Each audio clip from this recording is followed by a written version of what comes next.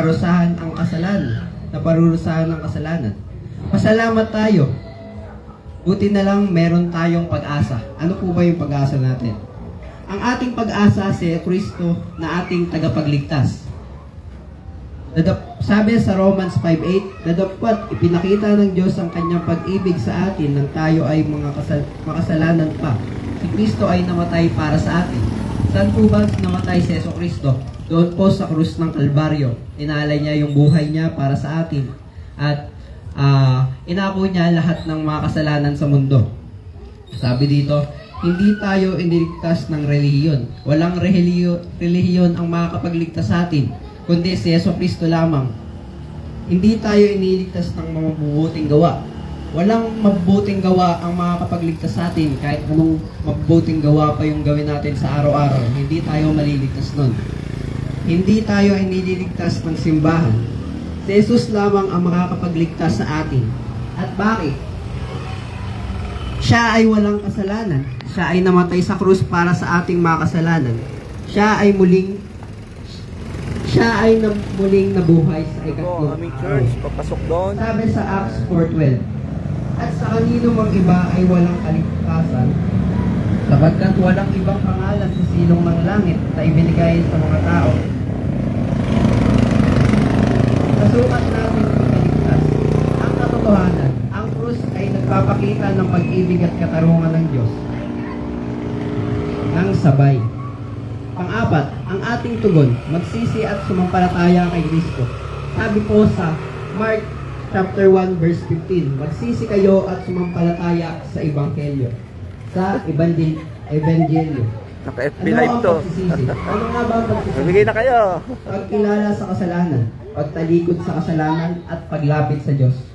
Kung tayo po ay magsisisi sa ating mga kasalanan at tatalikuran ng mga kasalanan na ginawa natin, tayo po ay maliligtas. Ano ang pananampalataya? Pagtitiwala kay Kristo lamang para sa kaligtasan.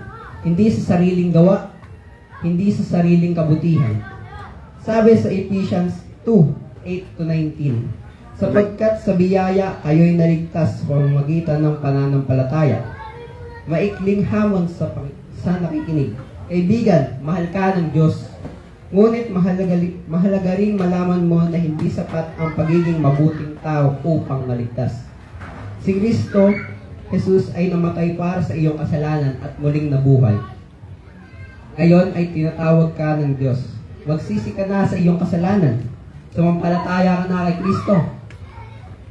Tanggapin siya bilang Panginoon at tagapagligtas. Ang pagbubukas.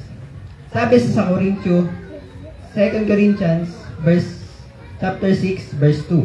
"Narito ngayon ang kaaya-ayang panahon. Narito ngayon ang araw ng kaligtasan." So, wala pong araw na hindi tayo dapat magsisi sa kasalanan dahil hindi natin inaasahan na baka dumating na ang Diyos ngayon o bukas. Kaya dapat tayo maghanda at magsisihan na ang kasalanan na bumabalot sa atin. Sabi dito, "Huwag mong ipagpaliban ang iyong kaligtasan. Bukas ay hindi tiyak." Hindi po natin siguro kung tayo ay mabubuhay pa kinabukasan. Hindi po natin alam kung ano ang meron sa bukas.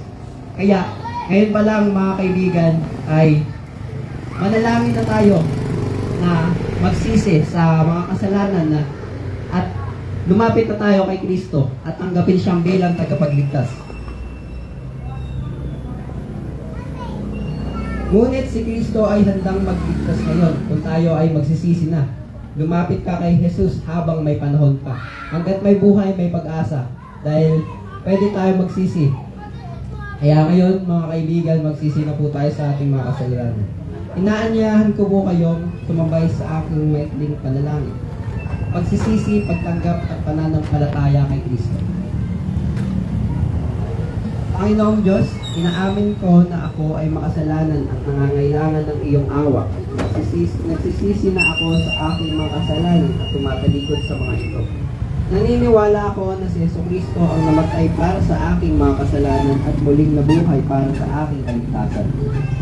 Inilalagak ko ang aking buong pagtitiwala sa Kanya lamang bilang aking Panginoon at tagapagligtas. Patawarin mo ako at baguhin mo ang aking buhay at tulungan mo akong sumunod sa iyo. Sa pangalan ni Jesus. Amen. Kasiguraduhan.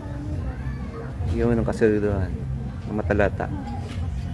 Sabi sa Romans 10, verse 13, sapagkat ang sino mong tumawag sa pangalan ng Panginoon ay maliligtas.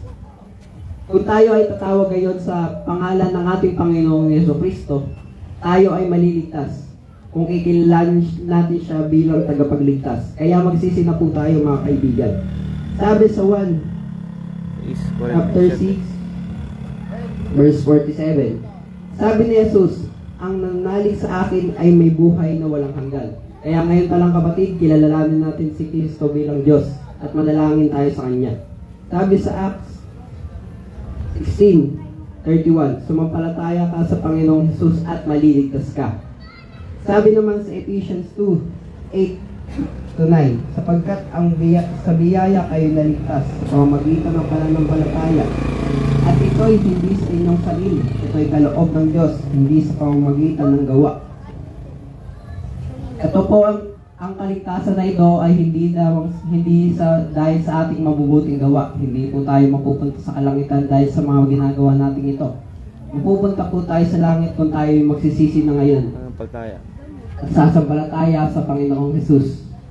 Ang panalangin ay hindi magic words na nagliligtas. Si Kristo lamang ang nagliligtas.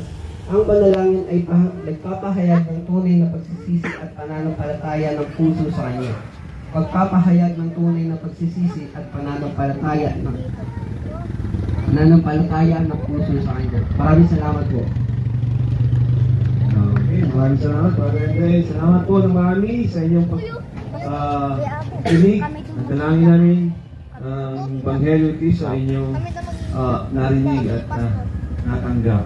Pagpalain po kayong lahat at tayo muling manalangin.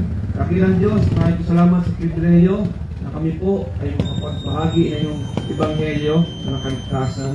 Adalain ko sa mga nakakinig na dito, Panginoon, ay po nawa silang pagpalain na sila ay nawa ay magkaroon ng buhay na walang hanggan sa pagitan ni Kristo Jesus na aming Panginoon. Sa pangalan ni Jesus, Amen, Amen. God bless us po. Magandang hapon po sa ating lahat. Tara tayo mag-ila.